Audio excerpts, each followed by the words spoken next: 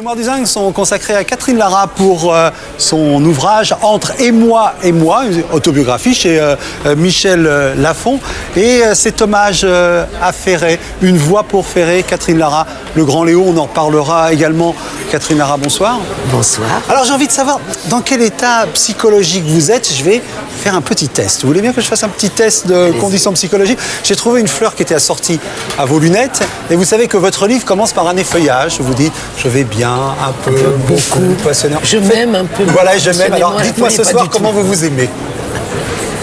Un peu. Allez, pas du tout. Alors, ce superbe titre dans lequel vous avez réussi à faire contenir toute votre autobiographie, si on regarde bien, en fait. Et moi. Oui, c'est-à-dire la petite fille. Les mois, c'est aussi tout ce qui... Ma vie n'est faite que d'émotions. D'amour. Mais d'émotions beaucoup, parce que depuis l'âge de 5 ans, le moment où j'ai commencé à jouer de cet instrument qu'est le violon, et qui était l'instrument qui a une âme et un don par du père aussi, qui est un don du père pour en ce qui vous concerne. Bien sûr. C'est le violon de votre papa. C'était le violon de papa, et puis c'était les premiers émois musicaux. Et moi, MOI, oui. Puisqu'il est question de parler de moi, ce qui est toujours très difficile. Alors quand vous avez effeuillé cette Marguerite, vous avez eu une petite dérision à votre égard. Je m'aime et pas du tout, mais vous êtes très aimé et vous aimez beaucoup. Écoutez, je suis allée chercher cet état d'amour il y a longtemps, puisque j'avais 5 ans, après une espèce de maladie un peu difficile à supporter. Mes parents m'ont surprotégé, m'ont pris dans leurs bras peut-être plus que mes frères et sœurs à cet instant-là. Et puis finalement, au moment où j'ai guéri, mes parents m'ont aimé normalement, mais ont continué à m'aimer très fort, mais pas de la même façon, pas avec cette surprotection. Peut-être que je suis allé chercher cet état d'amour. Du côté du public? Peut-être du public. Écoutez, je l'ai eu. On m'a donné beaucoup d'amour. Il y a ce violon qui vous fait vibrer, qui vous procure ses premiers émois, le conservatoire, des choses difficiles. Et il y a un moment, commence ce basculement vers cette roqueuse de diamants. Vous le dites, je dois m'arracher presque à la gangue, à ma formation classique pour renaître, quoi, en fait. Oui, mais ça, je crois que c'est en fait... J'ai toujours considéré qu'il n'y avait pas la grande et la petite musique, mais la musique tout court. Et au fond, quand nous partions en tournée avec mon orchestre de chambre, il y avait à la fois la contrebasse sur le toit de la 4L et puis il y avait aussi la guitare derrière. J'ai toujours aimé toutes les musiques. Et vous aimez toutes les émotions. Dans votre livre, ce que vous dites, vous êtes homosensuel, c'est-à-dire que vous aimez les hommes, vous aimez les femmes, et vous aimez toutes ces sensations. Vous ne voulez pas vous priver à une époque. C'est-à-dire que j'ai pas du tout envie, surtout, d'être enfermé dans un tout petit tiroir réducteur de l'hétéro ou de l'homosexualité. C'est pour ça que j'ai trouvé ce mot homosensuel, qui est plutôt générique et qui m'ouvre la porte sur l'amour en général des êtres, parce que j'aime l'être humain. Voilà. Et d'ailleurs, dans ce livre, on a le sentiment que c'est la première fois que vous allez aussi loin dans la confession de vous. D'ailleurs, il y a une image face au miroir sur cette couverture qui est certainement pas innocente. Bien sûr. Non, c'est un voyage qui m'a assez intéressé, d'aller gratter un peu dans tous ces bleus profonds, parce que c'est difficile l'adolescence, c'est difficile de travailler le violon pendant que mes petits copains vont jouer sur la plage. Moi, je travaille mon violon pour arriver à jouer le concerto de mes rêves. Donc c'est intéressant, quoi. Mais on a un concerto dans la tête, et en plus, mais aussi vous avez une image. Vous dites, dans ma tête, je suis une grande blonde. J'aime beaucoup cette façon que vous avez de vous définir. C'est-à-dire, j'ai pas... La grande blonde évanescente, elle est à l'intérieur. Oui. Physiquement, non, je suis une petite fonceuse, une petite... Alors, quand vous étiez cette grande blonde dans votre tête, vous aviez l'impression que les hommes... toujours. Oui, que vous êtes toujours, que les hommes tombaient amoureux de cette grande blonde. Vous aviez des virils, des costauds, des tatoués, quoi, je vais dire. J'aime assez. Quand j'étais attirée par des hommes dans ma vie, c'était plutôt des hommes assez virils. Et peut-être que ces hommes-là préfèrent la blonde évanescente physiquement aussi. Ouais. Donc ça n'a pas été si facile de leur plaire. Mais les grandes passions, on a l'impression que ce sont les passions amoureuses, comme passion avec Muriel Robin. Là, on sent que ce sont les grandes passions, et aujourd'hui avec Sam, bien sûr. Oui, mais bon, je ne suis pas un robinet d'eau tiède, donc je suis incapable d'aimer un petit peu. Au fond, j'aime passionnément, et puis j'ai eu la chance dans ma vie de rencontrer des êtres d'exception. Vous le dites, il y a des passages très très beaux pour... Mais vous avez besoin J'ai besoin d'admirer, mais même, ça n'est pas que de l'admiration fanatique. J'ai aussi besoin d'admirer l'humain chez quelqu'un. Sam est un être tellement droit, tellement pur, tellement extraordinaire. Oui. Il y a quelque chose, vous confessez quand même cet enfant que vous ne gardez pas et que vous avez avec Moustaki. On a l'impression en même temps, est-ce qu'il laisse des regrets? Est-ce que c'est...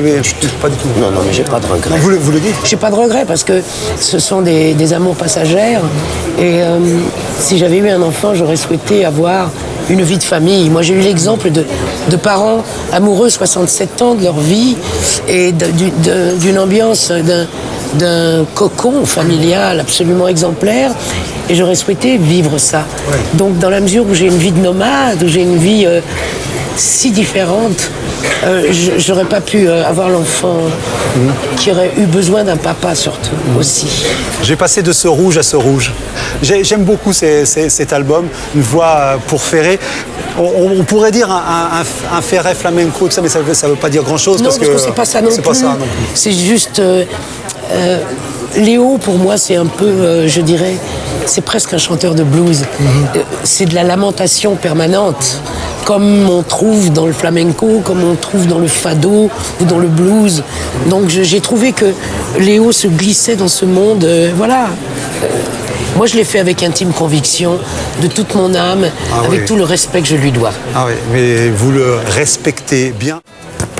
Voilà, alors ce punching ball et ce coup donné dans ce punching ball, c'est l'occasion pour notre invité de revenir sur un sujet cette semaine qui l'a intrigué, intéressé, mis en colère. Enfin, quel sujet avez-vous choisi? C'est pas de colère, mais qui me passionne, c'est la nourriture, ce que l'on mange. On est ce que l'on mange. Et moi, j'ai le souvenir d'une tomate qui avait goût de tomate quand j'étais petite fille. Et depuis longtemps, je recherche ce goût-là, cette saveur. La tomate, c'est un fruit. Et j'ai la chance d'avoir dans mon coin des cultivateurs qui au fond de la culture raisonnée, sans être complètement bio, tout à fait, mais entre le bio et le raisonné. Et je trouve que c'est important. Parce que je m'aperçois quand je regarde, aujourd'hui, quand on voit les conserves, il y a tellement de... merde dedans.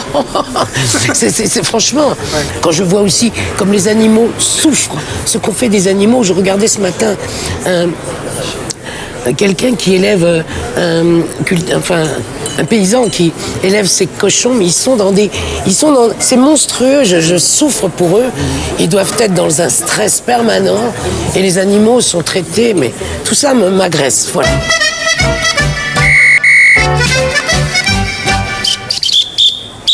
Voilà. Et voilà, toujours musical. Ben, toujours musical, absolument.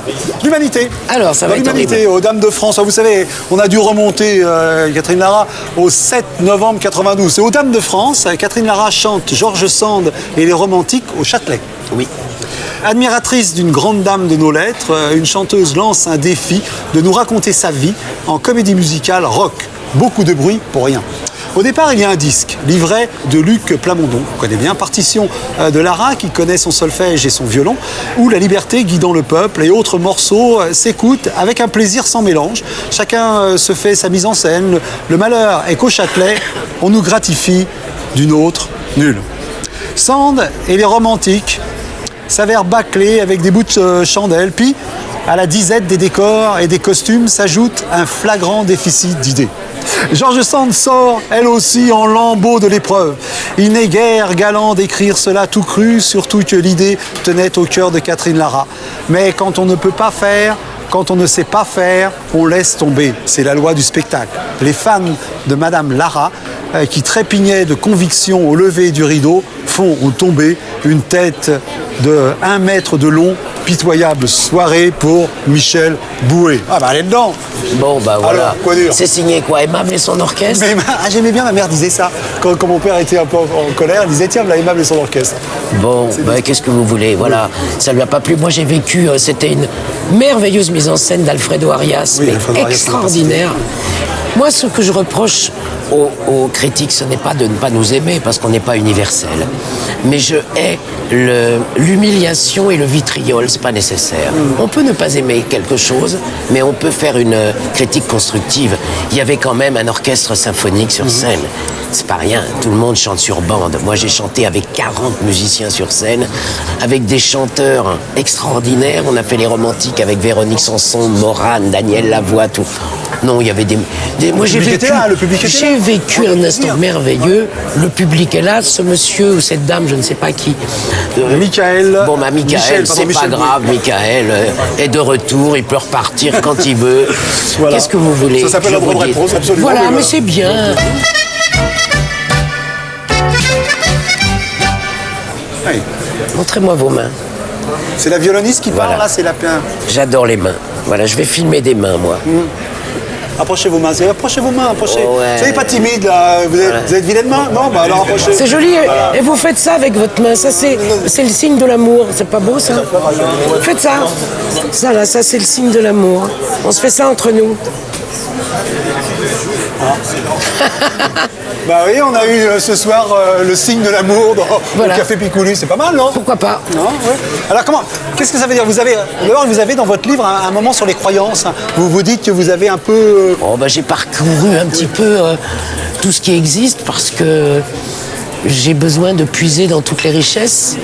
Alors le bouddhisme, la méditation. Mais cette spiritualité, elle s'exprime comment au quotidien? Je pense, je réfléchis, je suis tout le temps en train de gamberger. Je suis une grande gambergeuse. J'aime le silence aussi. Un silence après Mozart, c'est encore du Mozart. Alors quand vous faites vos réunions avec vos copines, ni chieuses ni pétasses, ça se passe comment? C'est zen aussi, ça? Ça a été une petite parenthèse, c'était très marrant. Oui. Il y avait des filles formidables, il y avait les sœurs Laborde, il y avait Yann Folly, Alice Donna. Et c'était l'occasion de refaire un peu le monde autour d'une table et d'essayer de voir On buvait un verre. qu'est-ce qu'on peut faire pour améliorer un peu les choses. Et puis nos rencontres étaient assez difficiles. Il en manquait toujours au moins 3 ou 4. Donc on a mis un peu en parenthèse l'idée, mais on peut la retrouver plus tard. Ah bah, vous pouvez lancer le mouvement, hein. rappelez vos camarades, là, faites un appel aux ni chieuses ni pétasses, réunion chez Voilà. Catherine. Réunion dans 15 jours, allez, on se rappelle. Voilà, bah, écoutez, je passe le message en tout cas. Alors, à la fin de cet entretien, où en êtes-vous avec cet effeuillage de vous-même? Allez, un peu. C'est pas mal, c'est un progrès par rapport à tout à l'heure. Alors je vais me permettre, Catherine Lara, de vous faire ce cadeau. Caillebotte, peinture et j'adore photo. Vous avez- Caillebotte, c'est alors, magnifique. Bien sûr. Et voilà, vous n'aurez pas à les effeuiller, celles-ci, je vous les offre. Elles merci. sont pour vous et C'est gentil. votre jardin. Merci. Voilà, merci beaucoup, beaucoup. Catherine Lara. On parlait Merci avec à vous vous. à la fois de Une voix pour Ferré, cet album, et bien sûr de votre biographie, Catherine Lara, Entre et moi chez Michel Lafon. Et on vous retrouve le 17 et 18 juin à l'Alhambra de Paris. Merci infiniment. encore 1000 fois. Merci.